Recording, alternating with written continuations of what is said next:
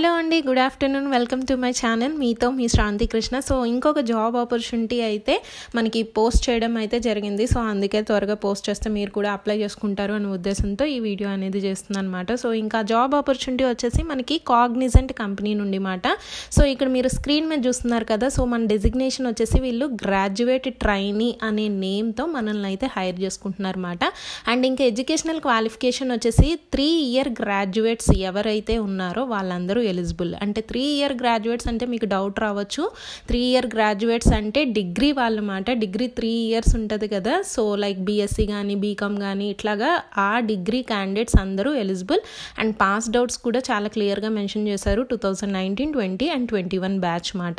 ఇంకా మీరు కింద కూడా చూడొచ్చు ఎలిజిబిలిటీ అని చెప్పేసి మనకైతే 50% 10th క్లాస్లో కానీ 12th కానీ డిప్లొమా కానీ వీటిల్లో మనం 50% అనేది ఖచ్చితంగా ఉండాలి. అండ్ బ్యాక్లాగ్స్ అనేవి ఉండకూడదు. ఒకవేళ ఎడ్యుకేషన్ గ్యాప్ 2 ఇయర్స్ ఉన్నా పర్వాలేదు.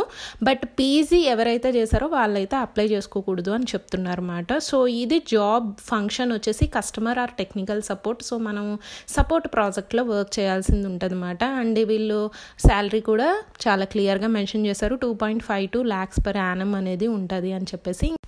సో ఇంకా జాబ్ డిస్క్రిప్షన్ వచ్చేసి కూడా చాలా పాయింట్స్ అయితే మెన్షన్ చేశారు. అప్లై చేసే ముందు కూడా మీరు ఒకసారి చదవండి. సో ఇది ముందు చెప్పాను కదా సపోర్ట్కి సంబంధించిన ప్రాజెక్ట్ కాబట్టి.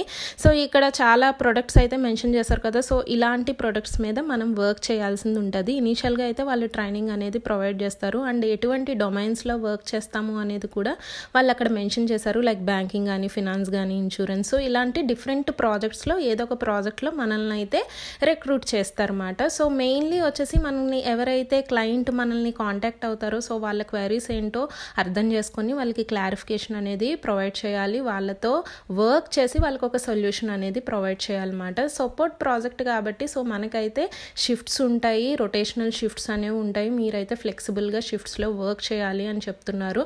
And more over good communication skills అయితే ఉండాలి అని కూడా చెప్తున్నారు అన్నమాట. సో లొకేషన్ అయితే వీళ్ళు స్పెసిఫిక్గా మెన్షన్ చేయలేదు. సో అక్రాస్ ఇండియా ఏ డెలివరీ లొకేషన్స్లో అన్నా మనం పనిచేయాలి అని చెప్తున్నారు. అండ్ మోర్ ఓవర్ ఇప్పుడైతే కాగ్నిజెంట్ టీం వాళ్ళందరూ వర్క్ ఫ్రమ్ హోమ్ ఆప్షన్ అయితే ఇస్తున్నారు. సో ఇది కూడా మీరు గమనించండి.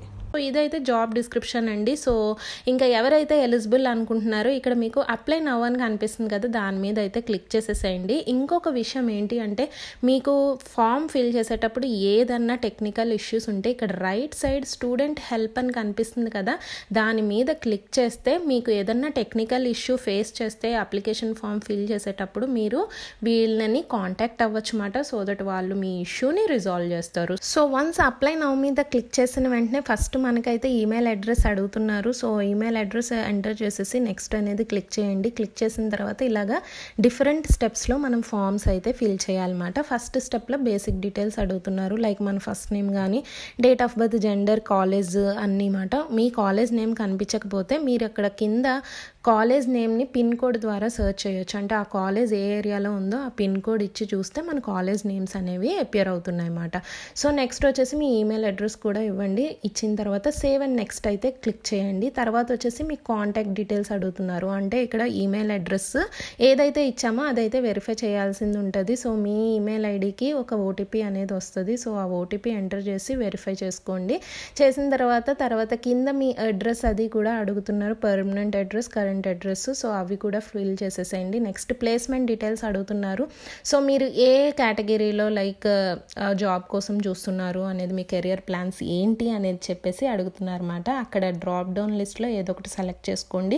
అండ్ మీ రెజ్యూమే అనేది అప్లోడ్ చేయండి. రెజ్యూమే ఫార్మాట్ వచ్చేసి పీడిఎఫ్లో యాక్సెప్ట్ చేస్తున్నారు అన్నమాట. సో పీడిఎఫ్లో అయితే అప్లోడ్ చేయండి.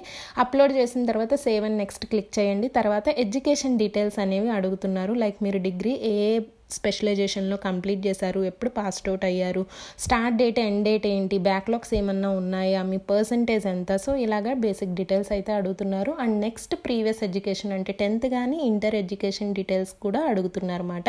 అండ్ నెక్స్ట్ వచ్చేసరికి ఇంటర్న్షిప్ అండ్ వర్క్ ఎక్స్పీరియన్స్. ఇదైతే మ్యాండేటరీ కాదండి, ఆప్షనల్. సో మీకు అక్కడ చెక్ బాక్స్ కూడా ఉంది, I have not completed any internship అని. అది చెక్ చేస్తే మీకు మ్యాండేటరీ ఏం ఫిల్ చేయక్కర్లేదు. సో సేవ్ అండ్ నెక్స్ట్ అయితే క్లిక్ చేయండి. తర్వాత మీ ప్రొఫైల్ ఫోటో అనేది అప్లోడ్ చేయాలన్నమాట.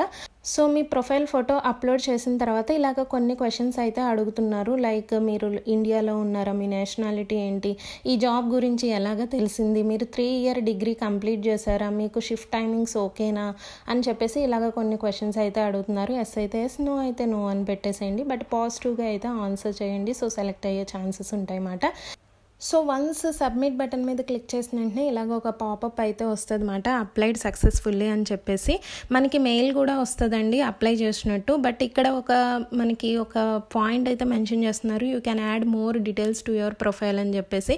సో ఇక్కడ గో టు మై ప్రొఫైల్ అని కనిపిస్తుంది కదా, దాని మీద క్లిక్ చేసి సో మనమైతే 50% మాత్రమే ఫిల్ చేసాము. సో 100% ఫిల్ చేస్తే సెలెక్ట్ అయ్యే ఛాన్సెస్ ఎక్కువ ఉంటాయి అని చెప్పి అంటున్నారు అన్నమాట. సో ట్రై చేయండి 100% ఫిల్ చేయడానికి. సో వన్స్ నేనైతే ఫిల్ చేయలేదు, బట్ 50% ఫిల్ చేసిన తర్వాత నాకైతే మెయిల్ వచ్చింది, స్క్రీన్ మీద చూపిస్తున్నాను కదా. సో ఇలాగ అప్లికేషన్ సక్సెస్ఫుల్గా సబ్మిట్ అయ్యిందని చెప్పేసి. సో ఇంక ఇంటర్వ్యూ ప్రాసెస్ వచ్చేసరికి సో ఎవరైతే ప్రొఫైల్స్ ఫిల్టర్ చేస్తారో సో వాళ్ళందరికీ రిటన్ టెస్ట్ అనేది కండక్ట్ చేస్తారు. రిటన్ టెస్ట్లో ఏమేమి క్వశ్చన్స్ ఉంటాయి, ఏమేమి కేటగిరీస్ ఉంటాయి అనేది మనకి already face prep and prep Insta వెబ్సైట్లో చాలా క్లియర్గా అయితే క్వశ్చన్స్ అనేవి ఉన్నాయన్నమాట. ఒకసారి ఆ వెబ్సైట్స్లో చెక్ చేయండి, కాగ్నిజెంట్ కంపెనీకి సంబంధించిన రిటన్ టెస్ట్ క్వశ్చన్స్ అని చెప్పి.